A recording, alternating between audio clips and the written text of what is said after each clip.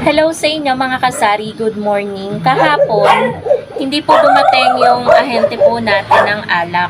So ngayong araw na to, naglabas po ulit tayo ng case sa labas para kapag in case na dumaan sila ngayong araw ng Tuesday, is alam nila na mag-o-order ako. So pasensya na mga kasari kasi nagtatahulan yung dalawa kong alaga kasi may aso na pag-alagala dyan sa labas. So ngayon guys, bago natin i-haul kung dadating man yung ahente natin ng alak, nadagdagan yung order natin guys sa alak kasi kahapon ang daming nagsibilihan ng alak ng Red Horse na maliit, grande at Red Horse na litro. Marami nagbilihan kahapon. So ngayon dumating yung ahente naman po natin ng mantika. Kumuha din po ako ng mga gamis, yema, asukal. So i-haul and pricing ko po yan sa inyo ngayon. Papakita ko sa inyo kung gaano kadaming gamis yung kinuha ko today. So, eto mga kasari yung resibo ng pinagbayaran natin. Actually, kakaalis lang nung ahente natin ng mantika at naka 1,480 lang tayo. Ayan. 1,480 din kahit halos mga gamis lang naman yung ating kinuha. So, kumuha ko mga kasari ng dalawang mantika. Ayan. Dalawang mantika which is 360 ang isang dosena. Dinalawa ko mga kasari dahil lagi akong nauubusan ng mantika. Mabenta dito sa akin ang mantika. Dahil ang bentahan ko lang po ng mantika ay 36 pesos per bottle. So, tingnan natin guys sa 360. Kung magkano yung puhunan ng mantika ngayon. Divided by 12. So, 30 pesos ang puhunan ng mantika. Medyo bumaba na. So, 36 pa din natin siya ibebenta para meron naman tayong 6 pesos kada isang bote ng mantika. Ito, kada isang bote meron tayong 6 pesos. So, may tubo din tayo guys na 6 times 12. May tubo tayo na 72 pesos. Kasi dyan naman guys sa mga talipapa, bentahan pa rin nila ng mantika. 40 pesos pa din ang isang bottle. So, ayan. 720 agad yung pinagbayaran natin dyan sa 2 dosena ng mantika.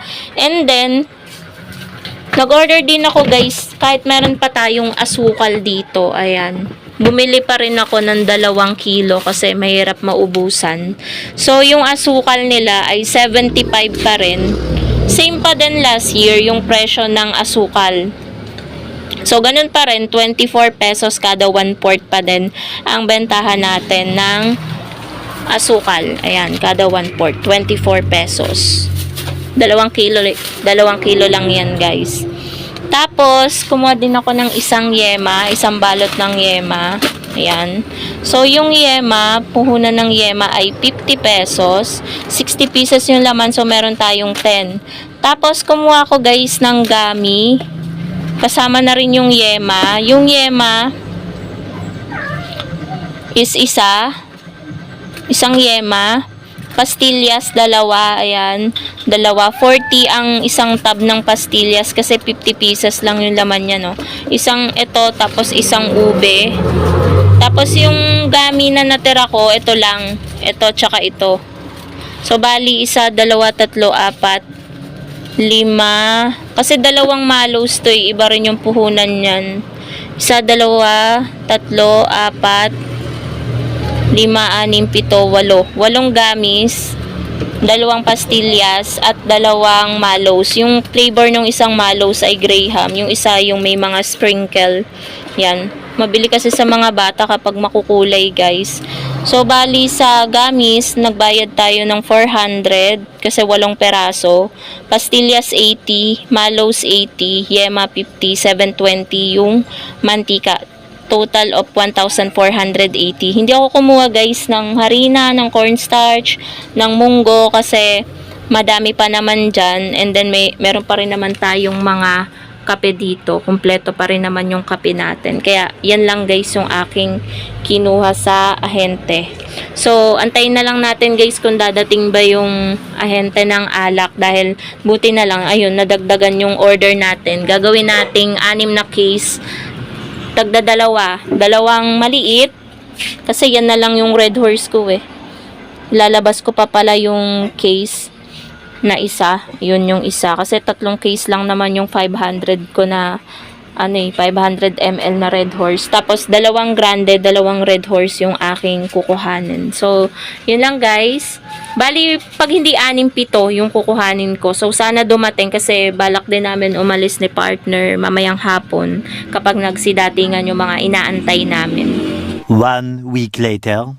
Okay guys, after 1 week ng pag-aantay natin ng delivery natin ng alak is dumating na din sila.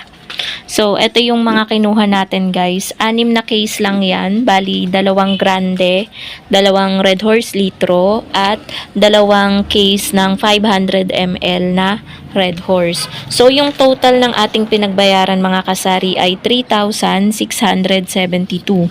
Bali, yung isang case ng grande guys, ang puhunan po niyan is 596.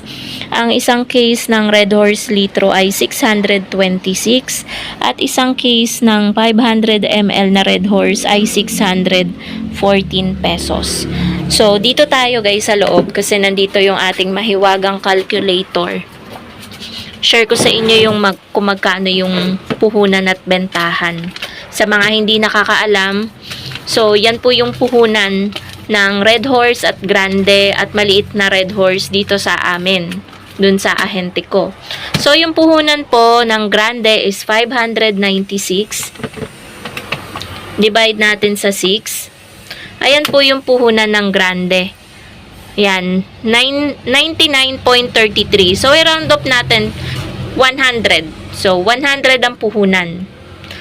Tapos, kapag walang bote si customer, yung bote is 5 piso. So, 105. Diba? Plus 5. So, ang bentahan po natin ay, diba, 105. Bentahan natin 125. So, yung tubo po natin ay 20 pesos sa grande. Same na po yan sa Red Horse na malaki para hindi na po nakakalito kapag may ibang nagbabantay dito sa tindahan. Same price po sila. So, yung puhunan naman po ng Red Horse na malaki ay 626. Divide natin sa 6. 104.33 yung puhunan po.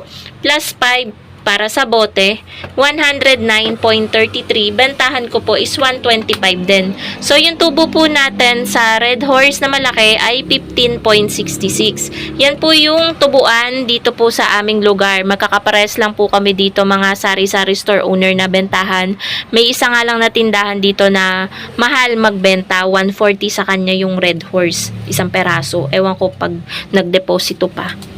Baka 145 or 150. Yung iba kasi dito ang deposit nila 10 piso eh. Yung puhunan ng Red Horse na maliit is 614. Divide natin sa 12 kasi 12 peraso siya. 51.16. So, yung deposito ko din, same din kahit maliit, ginagawa kong 5 pesos. Kahit 3 lang yung bili natin sa bote. So, 5 pesos, nasa 56.16 po yung puhunan po ng Red Horse na maliit. Yung bentahan po natin is 65 pesos. So, may tubo po tayo na 8.83 sa isang maliit na Red Horse. So, yan po yung tubuan po ng Red Horse na maliit. So, a total of 3,672 pesos. Alam nyo ba guys, 1 week kong inantay tong delivery natin, yung ahente natin ng alak. Kasi nga, last week, hindi sila dumating. So, ilang beses tayong naglabas ng case sa labas, sa may tabing kalsada, kaso hindi sila dumating. Buti na lang yung mga bandang Wednesday hanggang Sunday, hindi ako naglabas. Kasi hindi naman pala talaga sila dadating kasi wala daw silang ruta nung last week. So, eto, ayan na yung ano natin, alak. Yan, ibablog ko lang talaga yan para maipasok ko na doon. Para hindi sagabal guys sa dyan sa labas. Papasok na natin dyan, ihahalera natin. Medyo makalat lang guys kasi may mga bagong deliveries na dumating. Ayan. So, ibablog pa natin yan guys. Abangan nyo na lang. So, dito ko na rin tatapusin mga kasari itong aking vlog. Thank you so much for watching and happy selling po sa inyong lahat. Bye guys!